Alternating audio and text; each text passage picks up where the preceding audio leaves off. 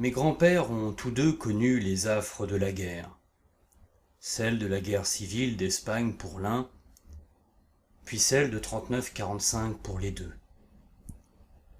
Plus en amont, une majeure partie de mon histoire familiale est affectée de ces récits, de ces antagonismes à toute échelle, à toute horreur.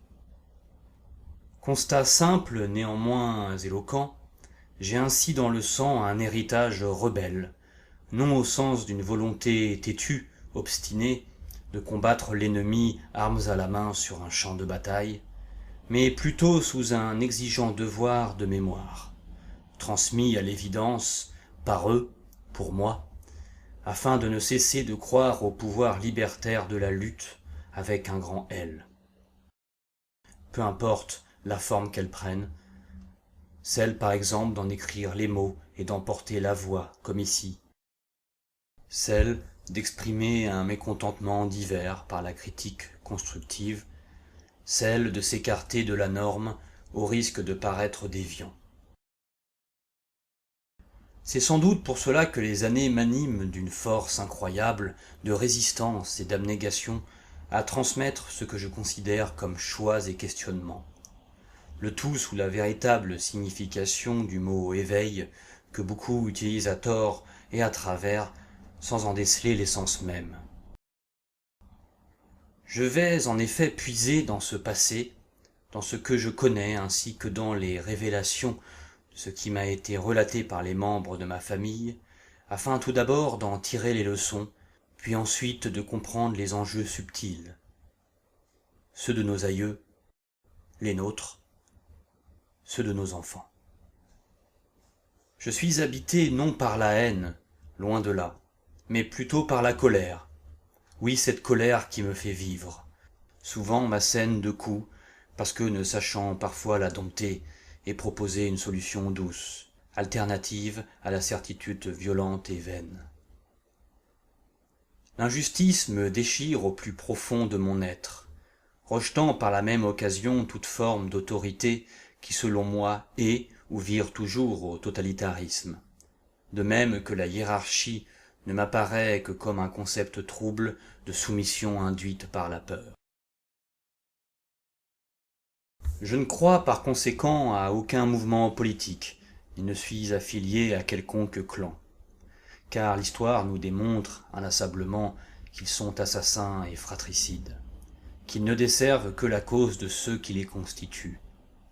Pailletés sous les grandiloquences d'orateurs toujours plus gangrénés par l'appétit d'ors et de terre, ornementés sous le fanion brûlant de la pensée unique, et le tout sous couvert de discours philanthropiques qui ne sont en réalité que poudre aux yeux et manipulation perverse d'individus en manque de gratitude. J'ai en moi, pour sûr, l'envie insatiable d'en découdre pacifiquement mais sûrement, en passant par les petits chemins, là où les foules ne se réunissent pas pour ne brasser que du vent. J'espère, peut-être n'est-ce qu'un rêve, un mirage, une folie, à l'accession des corps à la simple existentialité, à l'harmonie des esprits, puisque nous ne faisons au final que passer en cette terre. Dans une solitude qui me fait, au regard d'autrui, être perçu comme ermite ou bien fantassin de l'humeur, les jugements sont hâtifs, blessants, et j'ai appris à m'en éloigner pour ne plus souffrir non de la fausse complaisance, mais du véritable désintérêt. Dans les croisements toujours poignants, des égaux, combien de fois ai-je été dupe, au point de devoir justifier et argumenter, persuadé quant aux valeurs qui m'étaient propres, sans pour autant qu'elles soient entendues et comprises comme telles. Car il est un leitmotiv de notre race de ne considérer l'autre que par soi, que par son propre filtre, bien souvent entaché d'ombre, du passé, du passif.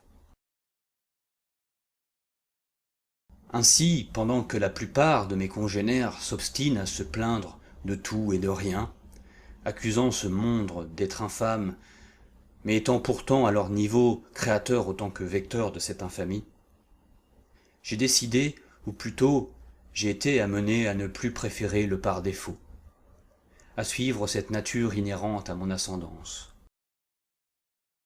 Jadis, je me projetais bêtement dans de vulgaires projets, qui semblaient m'apporter un semblant d'agrément.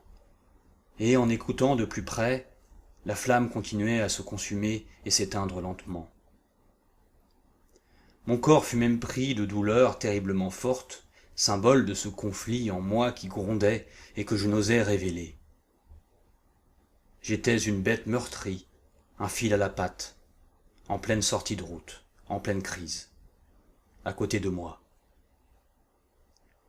Puis un jour je me suis réveillé et je me suis dit qu'il était temps de tomber les masques, que je ne pouvais contenir un instant de plus le mensonge en moi, celui-là que je m'étais fabriqué comme coquille, comme prison. Il fallait scier les barreaux, mais comment? Comment s'échapper de l'irréelle enveloppe si dure, qui me satisfaisait tant il y a peu? Et comment désormais devoir concevoir, faire évoluer son histoire, son échec, en une instruction, en une vérité?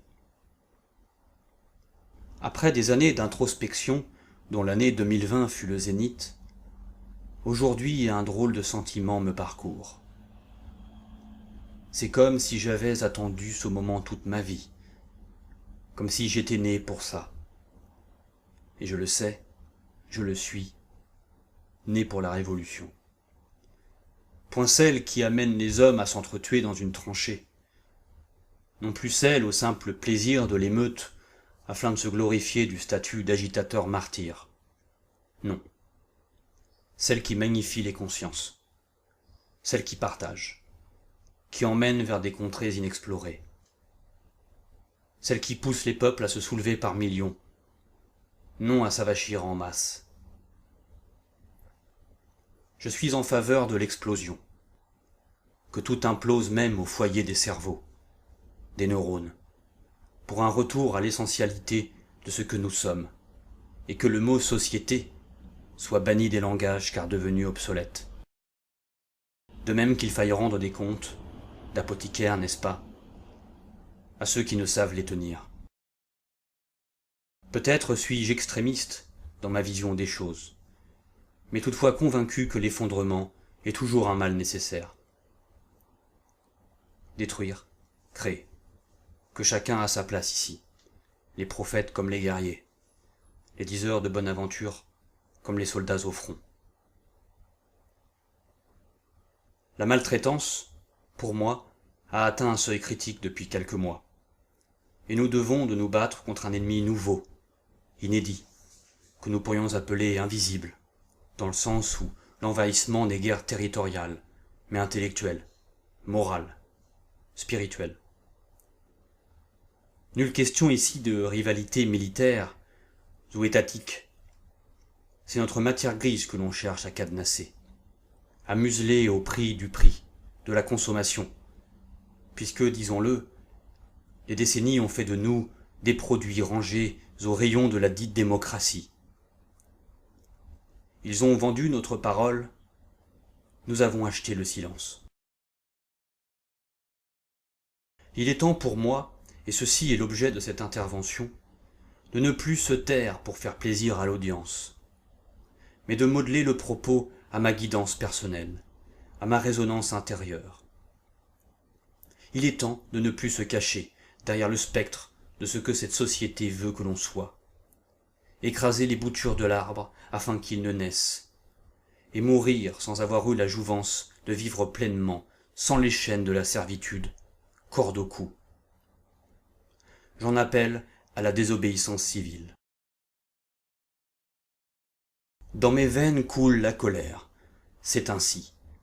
N'en déplaise à ceux qui cherchent à lisser les comportements en une indivisible voix. V-O-I-E, V-O-I-X. Elle n'est point toujours maîtrisée, cette colère, c'est vrai, parfois excessive, mais toujours juste. Parce que ceci est l'allégeance à ma lignée, aussi bien que son sincère reflet. Et je suis fier d'arborer ces couleurs oubliées, tristement ternies par la systémique accablante, par la propension de l'homme à se laisser aller et se laisser faire. préférant la déraison féroce d'un imparfait confort matériel, livré comme tel, à la puissance salvatrice de la connaissance cultivée, celle ignorée de l'enseignement dès notre plus jeune âge. Et jamais, jamais nous ne nous soumettrons aux diktats de la domination pour quelques parcelles de notre âme. Je sentirai ad vitam aeternam battre en moi les veines de la colère.